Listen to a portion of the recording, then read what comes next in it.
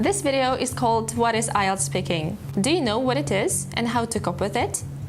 If you're interested, keep watching. Hello, my name is Olga and I'm an IELTS consultant with MBA Strategy.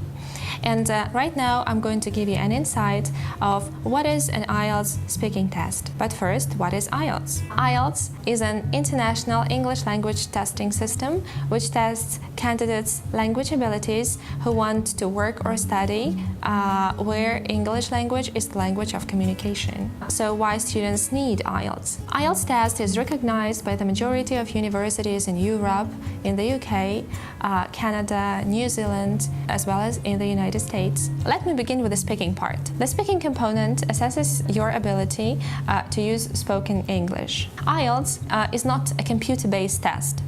So the speaking test happens in your local test center and arranged on a particular time, and you are going to be tested by an examiner. So first of all, what is the speaking test structure? IELTS speaking test consists of 3 parts. In the first part, the examiner will ask you questions about yourself.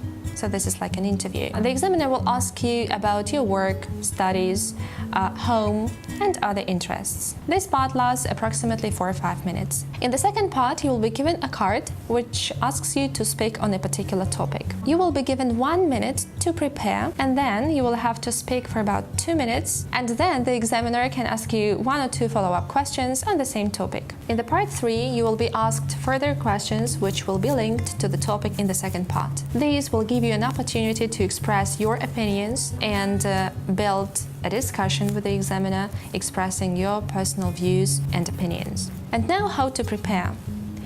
First of all, it's a good idea to think about the topics you can meet on the IELTS test in advance and practice talking about them. It's a good idea to arrange someone to listen to your responses and provide a feedback so you can understand how well you're doing. If there is no one to listen to you, you can record yourself on the webcam or just on the recorder, and this way analyze your responses yourself.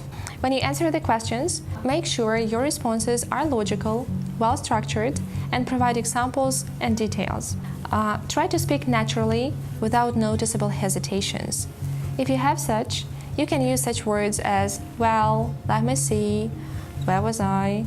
And this can give you several seconds to come up with some more ideas. To achieve a higher mark on coherence, try to use a variety of linking words and devices to make your speech more structured. You can use such words as to begin with, first of all, moreover, in addition to this, however.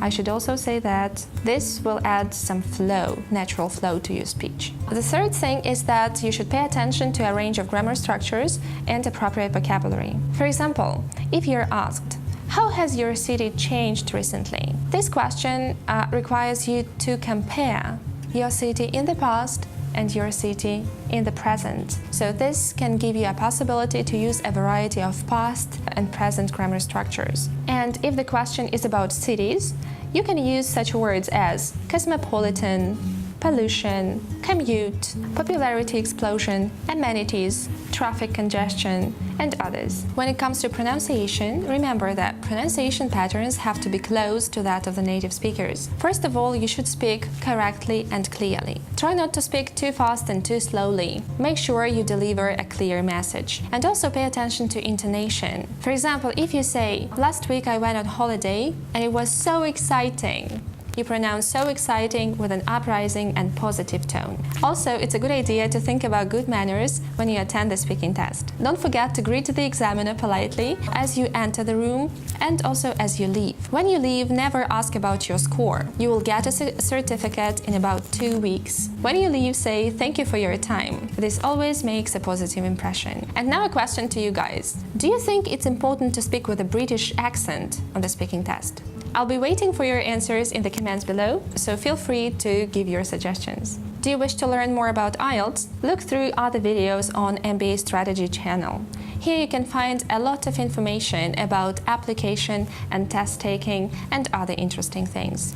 Subscribe and leave a comment if you find this video interesting or useful. There is a lot of other videos coming ahead.